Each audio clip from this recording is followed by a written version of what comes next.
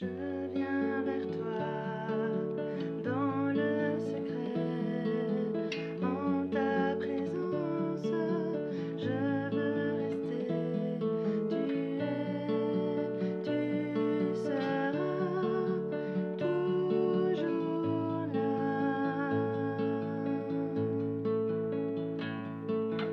Tout contre toi, près de ton cœur, je peux entendre ta voix, Seigneur. Tu seras toujours là. Ébloui devant toi, éternel, ébahi par l'amour de ton ciel. Je suis là à tes pieds, je viens t'adorer, je désire habiter près de toi.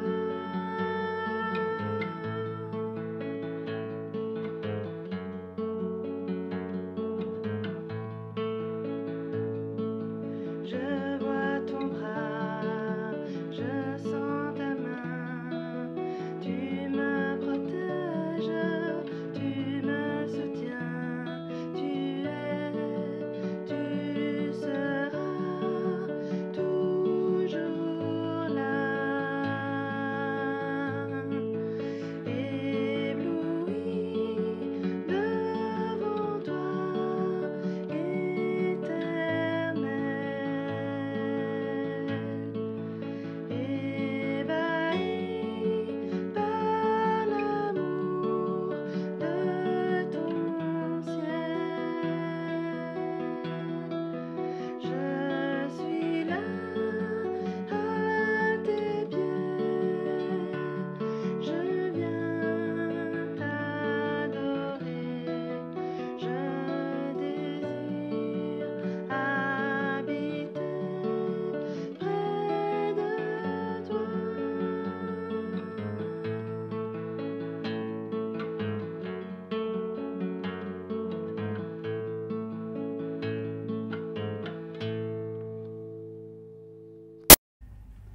Bonjour frères et sœurs, que la grâce et la paix vous soient multipliées par la connaissance de Dieu et de Jésus-Christ, notre Seigneur. C'est une prière de l'apôtre Pierre.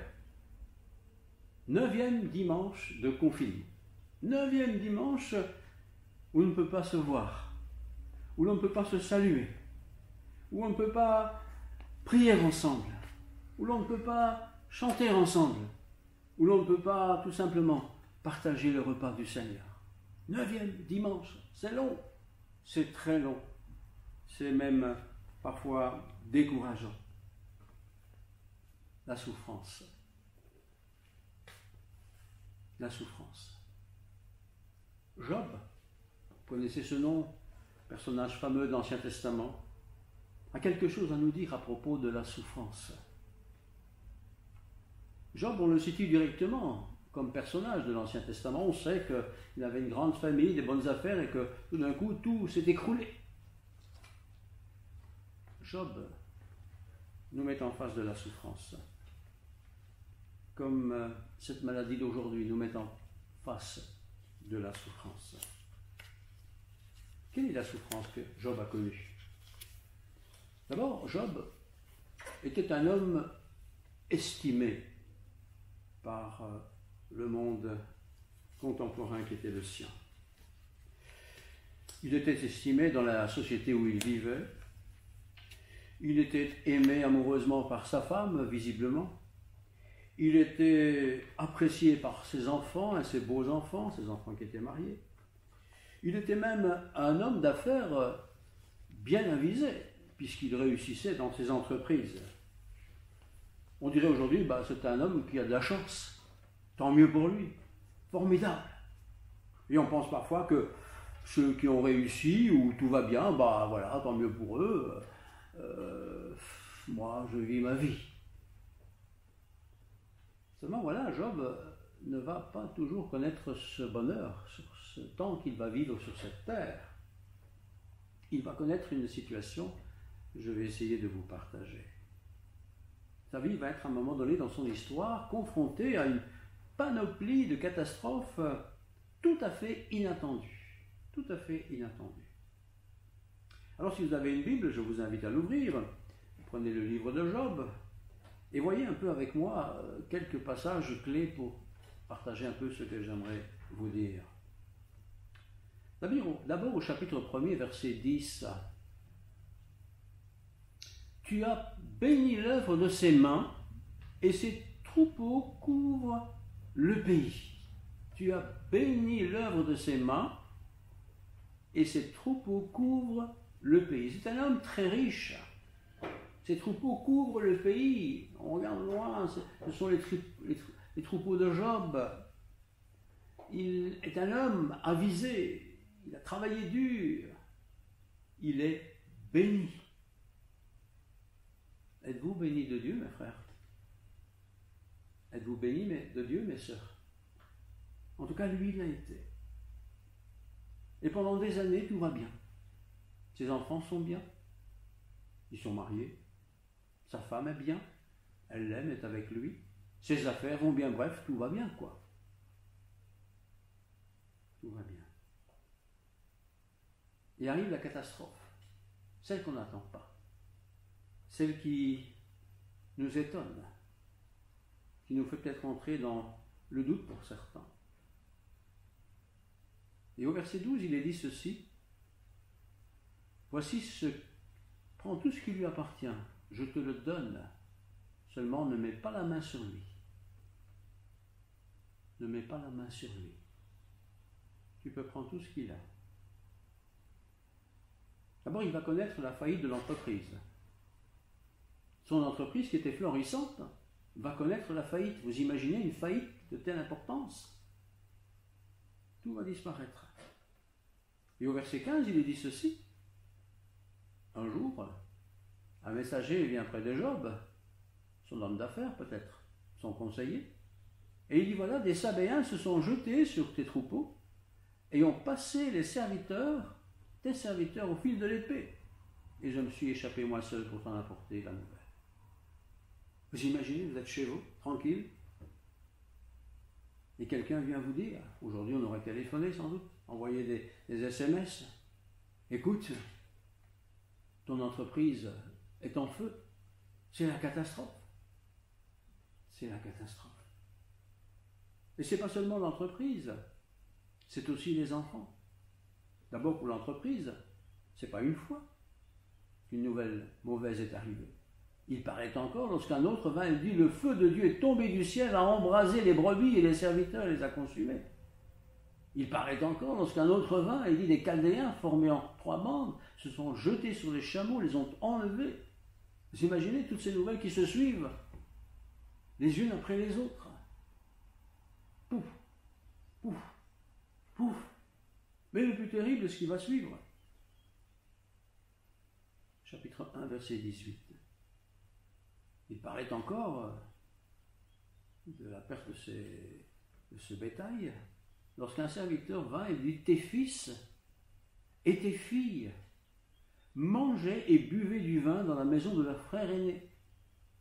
Et voici un grand vent est venu de l'autre côté du désert et a frappé contre les 4 coins de la maison.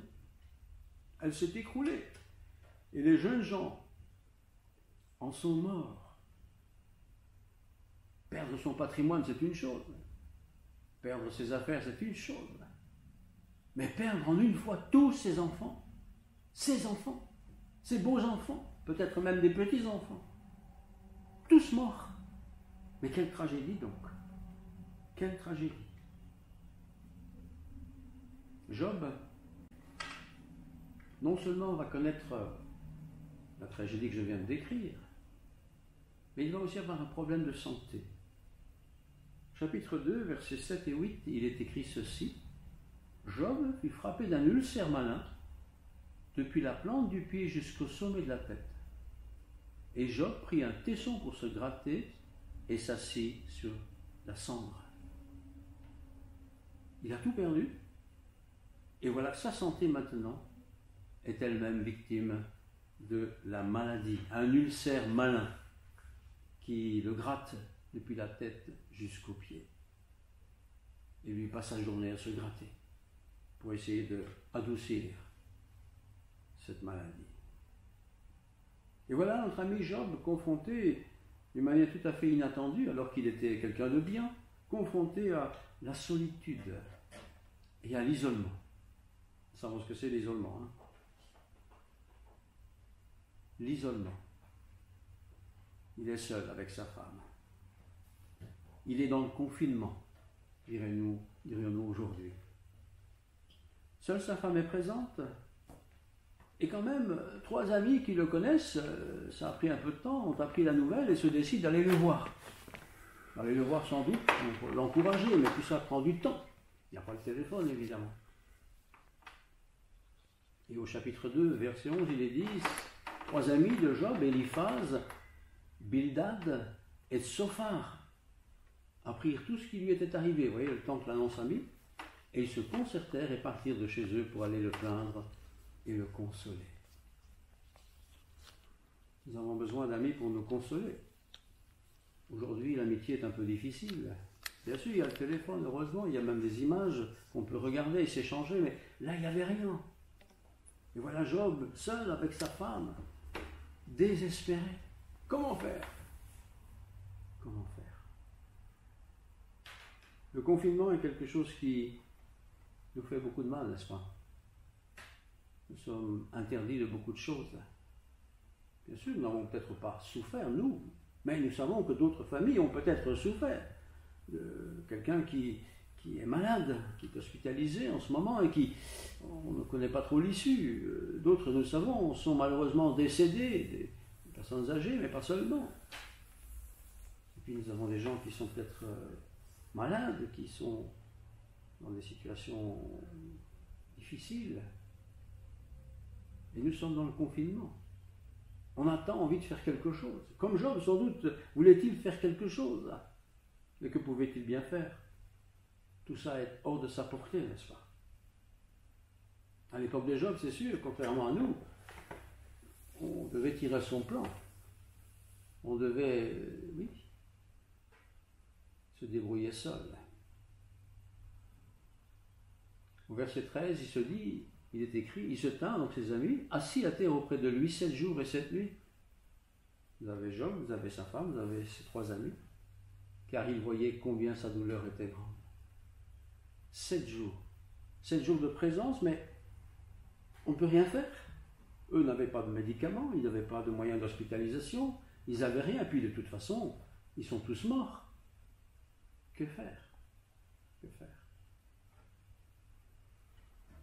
Le monde médical aujourd'hui, heureusement, aide beaucoup.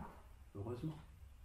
Soulage beaucoup. Ils ne sont pas maîtres de la vie, mais ils font en tout cas tout pour que la vie reste dans les personnes malades. Et au bout de tout ça, Job est un peu désespéré parce qu'il est un humain comme nous, n'est-ce pas? Et il raconte son désespoir. Tout le chapitre 3 parle de cela. Mais je vous lis simplement le verset 11 et 12. Pourquoi ne suis-je pas mort dans le ventre de ma mère? Pourquoi je suis né, quoi? Pourquoi n'ai-je pas expiré au sortir de ses entrailles? Pourquoi ai-je trouvé des genoux pour me recevoir et des mamelles pour m'allaiter? Pourquoi? Pourquoi suis-je né pour avoir tous ces malheurs? Comme beaucoup le pensent aujourd'hui. Mais enfin, tout ça pour ça. Mais qu'est-ce que j'ai donc fait au bon Dieu? Qu'est-ce que j'ai donc fait au bon Dieu? Périsse le mort le jour où je suis né, et la nuit qui dit un enfant mâle est conçu. Ce jour-là qu'il change en ténèbres, que Dieu n'en ait point souci dans le ciel et que la lumière ne rayonne plus, que l'obscurité et l'ombre de la mort s'en emparent, que des nuées établissent leur demeure au-dessus de lui, et que des noirs phénomènes l'épouvantent. Parfois, quand on est dans la souffrance, on a envie de tout effacer, de dire s'il y avait moyen de recommencer tout ça, que ça n'existe pas. Ce soit un rêve, un mauvais rêve. Mais ce n'est pas un mauvais rêve. La souffrance est réelle. Et ceux qui la vivent en ce moment savent qu'elle est réelle, tangible, réelle, authentique. Je suis sûr que vous en connaissez, peut-être vous êtes même dans le cas. Des gens qui disent, moi j'ai perdu mon travail, là, l'entreprise c'est foutu, quoi. Comment je vais faire là? Comment je vais faire? Je vais rater mon année scolaire pour ceux qui sont étudiants. On va s'arranger, mais on n'est pas sûr. Je vais rater une année peut-être à cause de tout ça. J'ai perdu du temps. Les commerçants diront peut-être, moi j'ai perdu mes clients, ils ne reviendront plus chez moi. Je n'ai pas pu répondre à leurs attentes. Oui, Job connaît ça. Ce genre de questions, il se les posait comme nous pouvons nous les poser aujourd'hui. Mais pourquoi donc est-ce que cela m'arrive? Ou pourquoi est-ce arrivé à quelqu'un que je connais bien? Les trois amis de Jonas, donc je l'ai dit, Eliphaz, Bildad et son ami sont venus pour le consoler, l'encourager. Ce sont eux, quelque part, un peu des spécialistes. On dirait ceux qui savent, ceux qui ont la connaissance. Mais pensent-ils qu'ils ont la connaissance? Voilà ce qui est dit au chapitre 4, versets 3 à 4. Tes paroles ont relevé, donc il s'adresse à Job, ils reconnaissent dans Job une de grande qualité, tes paroles, d'autrefois, ont relevé ceux qui chancelaient. Tu as affermi les genoux qui pliaient. Et maintenant qu'il s'agit de toi, tu faiblis. Maintenant que tu es atteint, tu te troubles. La crainte de Dieu n'est-elle pas dans ton soutien? Ton espérance, n'est-ce pas ton intégrité? Cherche dans ton souvenir. Quel est l'innocent qui périt? Quels sont les justes qui ont été exterminés? Vous voyez, quand on n'est pas dans la souffrance, on n'est pas trop concerné. Mais quand on entre dans la souffrance, ou quand quelqu'un qui nous est cher est dans la souffrance, on est perplexe. On a beau être un spécialiste de ceci ou de cela, quand ça nous arrive, on se pose vraiment des questions. Et on se pose d'autant plus de questions lorsqu'on est croyant. On se dit, mais Dieu, toi qui sais tout, pourquoi? Pourquoi? Et puis d'autres diront, toi qui as ton bon Dieu là, où est-il maintenant? Pourquoi laisse-t-il faire toutes ces choses? Je pense, frères et sœurs, à toutes ces familles meurtries, découragées, déprimées. Papy est mort. Papy, le bon papy, est mort. Et on n'a même pas pu aller le voir. On n'a même pas pu le saluer. Ça nous était interdit. Mais c'était interdit parce que c'était pour la sécurité de tous. Ou d'autres diront, maman est morte. Notre chère maman, si jeune, si belle, si bonne. Désespérant. Désespérant. Parfois nous prêchons avec audace. Nous partageons notre foi avec audace. Avec Dieu, tout ira bien. Avec Dieu, nous ferons des exploits. Oui, sans doute, certainement. Mais quand l'épreuve arrive, une épreuve, vous savez, terrible, une maladie comme celle que nous connaissons, nous risquons, comme Jonas, d'être désarçonnés. Il a conseillé des tas de gens. Il était un homme avisé, mais le voilà lui-même soumis à cette terrible maladie de l'époque. Frères et sœurs, l'épreuve est toujours difficile, toujours. L'épreuve, elle arrive alors qu'on ne s'y attend pas. Elle est pénible. Et l'épreuve peut nous pousser à être en colère, à être fâchés sur les circonstances, sur Dieu, sur nous-mêmes. Je pense que l'épreuve devrait nous aider à réfléchir. C'est arrivé, je suis dans l'épreuve. Qu'est-ce que je vais faire au travers de cette épreuve? Vais-je me plaindre, condamner la moitié de la planète? Ou bien vais-je réfléchir? Peut-être je connais des gens qui sont dans la souffrance. Je vais peut-être essayer de les encourager. Je vais en tout cas prier pour eux. Pas hypothétiquement, mais je vais prier pour eux. Intercéder auprès de Dieu pour eux. Nous voulons le faire. Restons humbles. Restons humbles. Car nous ne savons pas ce que demain nous réserve, vous le savez. Et si aujourd'hui nous sommes debout, tout va bien, eh bien gloire à Dieu. Mais je ne sais pas comment je serai demain. Job était un homme bien, Il était un homme bien. Pourtant, tout ça lui est arrivé. À la fin du livre, il y a un passage extraordinaire qui explique ce qu'il ressentait vraiment dans son cœur. Il dit, Job, mon oreille avait entendu parler de toi. Pourtant, il était ce qu'il était. Et après toutes ces épreuves, il a dit, et maintenant mon œil t'a vu. L'épreuve peut être aussi une source, un démarrage pour une rencontre toute spéciale avec Dieu, toute nouvelle, toute rafraîchissante. On est parfois dans l'habitude, on va à l'église parce que c'est le temps d'aller à l'église, on fait des baptêmes parce que c'est le temps du baptême, on fait toutes les choses par habitude. Mais si c'était le temps, le confinement, le temps d'un rafraîchissement spirituel, d'un retour au Seigneur. Prions. Seigneur, béni soit ton nom pour ta parole. Ce livre de Job n'est pas là par hasard, il est là pour nous enseigner, pour nous éduquer, pour nous corriger, pour nous fortifier dans notre foi. Et si aujourd'hui nous sommes bien, nous voulons te bénir. Et si demain nous sommes dans la catastrophe, nous voulons aussi te remercier de nous avoir permis de tenir jusque-là et de traverser cette épreuve. Je te prie pour mes frères et sœurs qui sont dans la souffrance. Je te prie pour tous nos amis. Je te prie pour les citoyens de cette cité, de ces habitants de la ville où j'habite. Seigneur, tu aimes tous les hommes, toutes les femmes, sans exception. Tu ne veux le mal pour personne. Mais ces choses parfois nous arrivent pour que nous arrêtions notre course effrénée. Nous arrêtions pour réfléchir au sens de la vie. Que ta bénédiction soit sur nous. Amen.